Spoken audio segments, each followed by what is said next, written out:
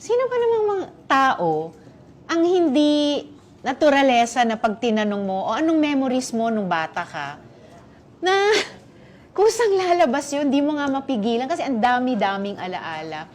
Honestly, ngayon lang ako nakakilala ng taong walang makuwentong mga specific, makulay, or even nakakatawang alaala sa pagkabata. So lalo lang lumalalim yung misteryo tungkol sa pagkatao ni Mayor Alice Guo. Saan ba yung childhood nyo?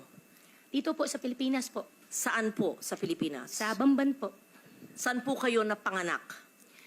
Nakita ko po dito po sa birth certificate ko po, Hilot po, at iniwanan po ako ng nanay. Hindi, saan kayo napanganak? Nakita ko po dito sa birth certificate ko po, Hilot. Hindi ko po tinatanong yung proseso ng papanganak sa inyo. Saan po?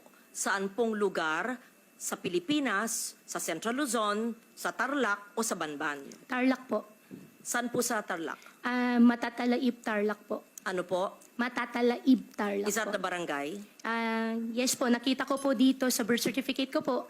No, you would have recollection of your childhood, right?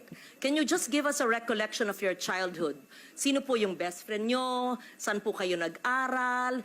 Kung meron kayong makamag-anak? Recollections of, you're only 38 years old. You will remember your childhood. I mean, I'm double your age, but I would remember my childhood in Malabon. Your childhood. I know homeschool. I can't believe anyone is totally homeschooled all her life. Yes. Please tell us about your childhood. Mayor Guo, sabi niyo po ay ayaw niyo magsinungaling. Pero sa nakaraang mga oras, dami ko pa rin pong narinig. Sinabi niyo sa TV interview na iniwan kayo ng nanay niyo pagkapanganak niya.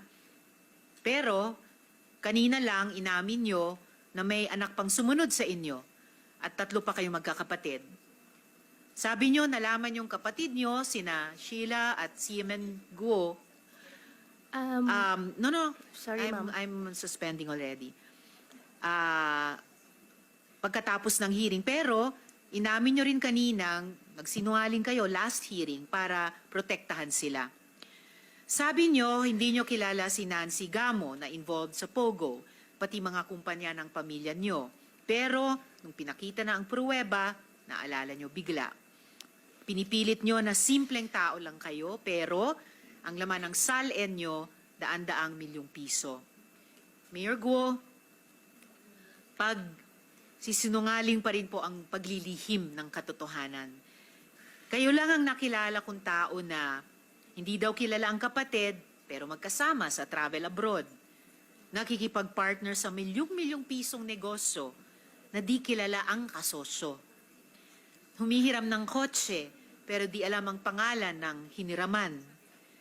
Nagbenta ng chopper at may utang pa sa inyo, pero di kilala ang pangalan ng sisingilin. Tila sa dami ng assets, kumpanya at property na di makakip track at kailangan pang magtanong sa abogado, tila may dagdag bawas pang ginagawa. At lahat ng kasinungalingan o paglilihim na iyan ay mahalaga dahil nasa gitna tayo ng sikreto at sistematikong sindikato na siyang nanloloko sa mga Pilipino at naglalagay sa panganib ng ating mga institusyon at seguridad.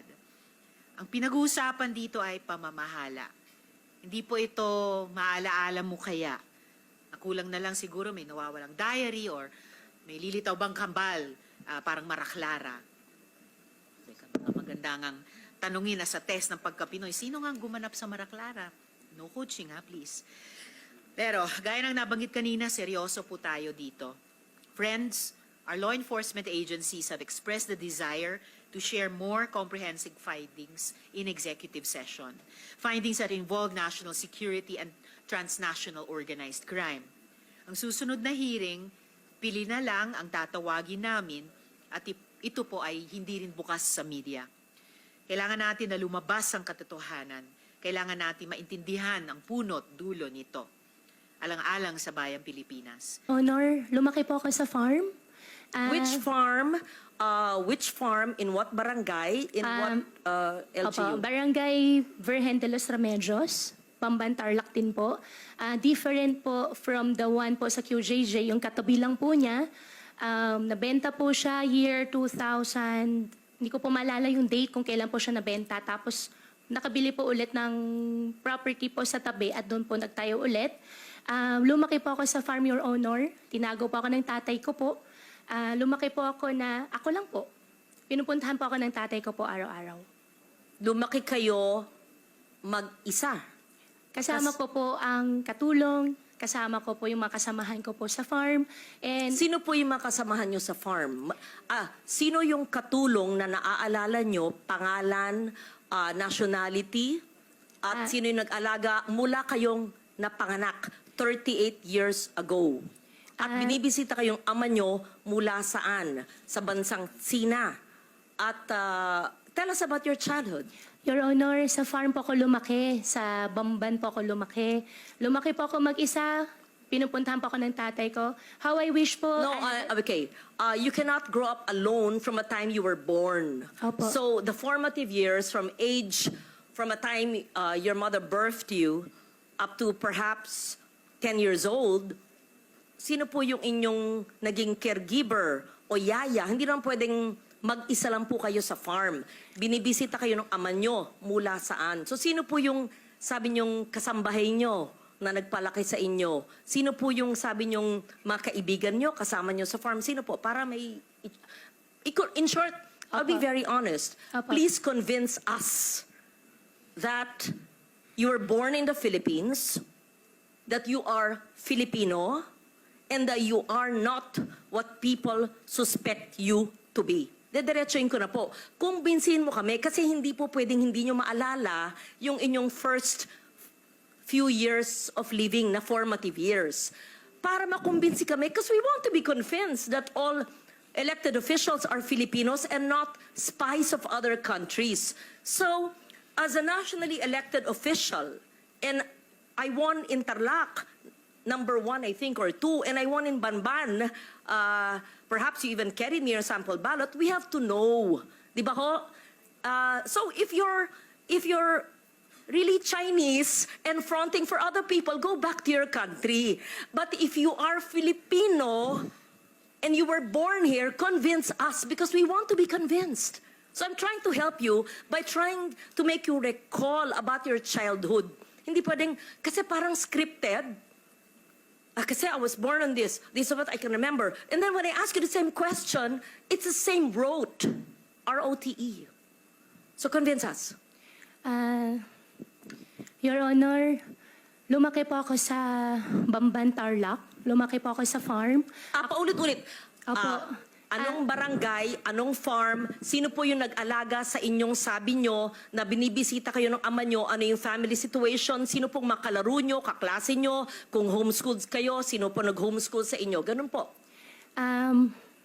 Madam Senador, ako po ay lumaki po sa Barangay Virgen de los Remedios, Bamban, Tarlac po. Ako po ay isang Filipino. Lumaki po ako kasama po yung mga empleyado po namin sa farm. Ipaprovide ko rin po yung mga pangalan. Come and go din po naman kasi yung mga naging empleyado po.